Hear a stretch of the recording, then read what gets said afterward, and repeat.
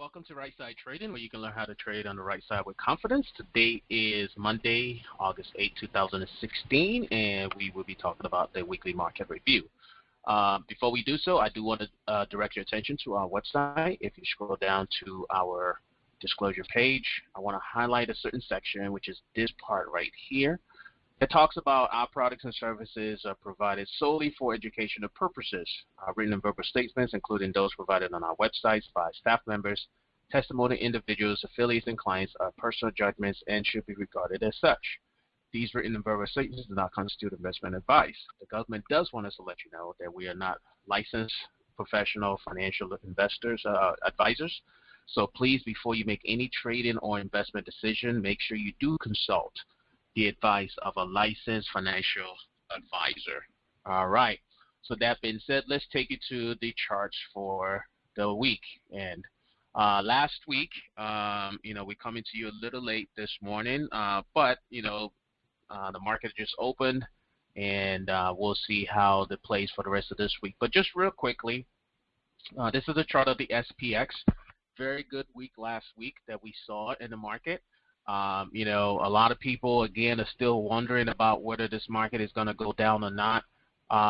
Like I always try to tell people, we can't see the future, but we can see what the market is telling us right now. And what it's telling us is that it wants to go higher. So we are bullish on this market. Ever since the Brexit that we had back in June, the market has literally been rallying. It took a break for a while, just been range bound for a while.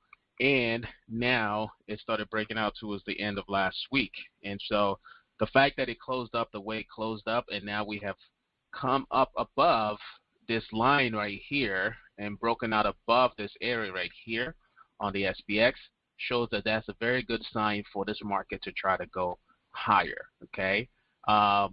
Where would we say that the market is in danger?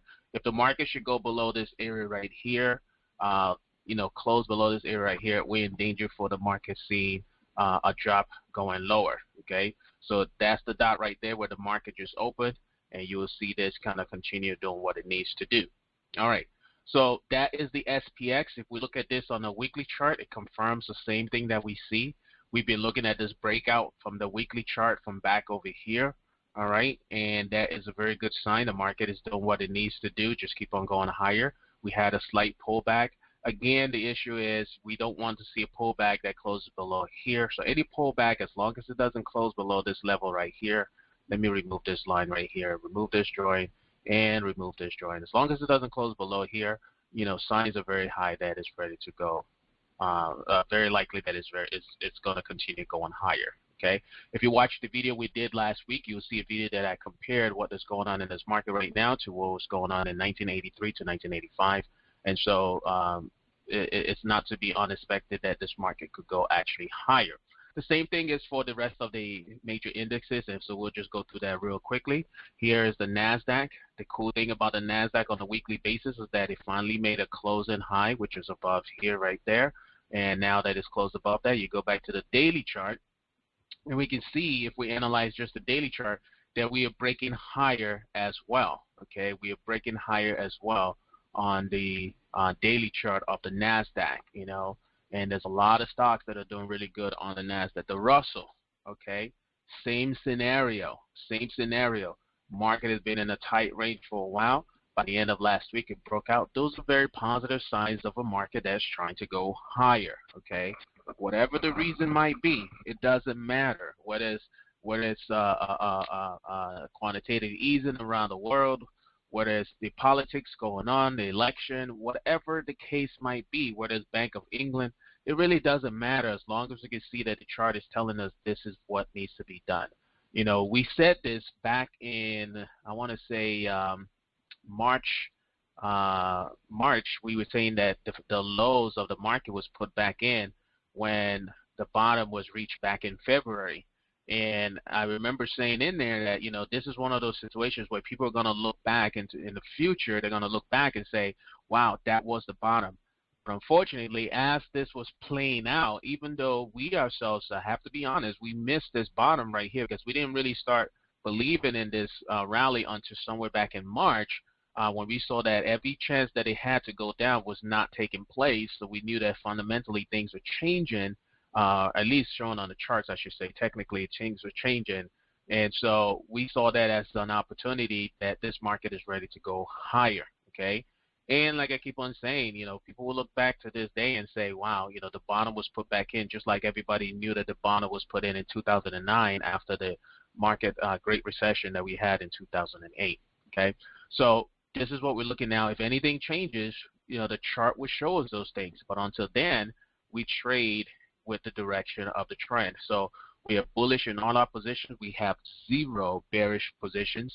I know there are people that are saying that they've been short in this market and short in this market, and I think that that's just sad that you would do that in a market that is showing that it's trying to go higher. Now, when it shows signs that it's ready to come back down, yes, we'll short it then, but until then, we don't do that. Okay. If you look at the weekly chart on the Russell, you will see that even with this one too, once it broke out above this area right here, which is the predominant trend line on the downside, you can see how the market came back, retested that same line, came back and tested that same line, and then ever since, this double bottom that it formed right here, that was it. I mean, it just kind of took off from there on a weekly basis. Okay, so and the same thing is there for the Dow Jones. Okay, we see that the Dow Jones, this was the downward trend line that it was playing when we had this, recession that we had, the correction that we had in 2015, okay? But it broke above that, retested it a second time, almost like a double bottom right here when you look at this, and then it's just taken off from there, okay? So the writing is on the wall. Don't be surprised. The Dow Transportation was the weakest one of them all, and if we can get this chart to come up with the Dow Transportation, we'll see that real soon. There you go. Okay, so even with the Dow Transportation actually started heading down faster than all the other indexes, okay? And we can even see with that too as well that this is the Dow Transportation right here where now is beginning to break out above that line right there, okay? It tested it, it's been riding this line right here, and it's looking now like it's ready to go up. If we look at this on a daily chart, you'll see this even more clearer where, recently what we have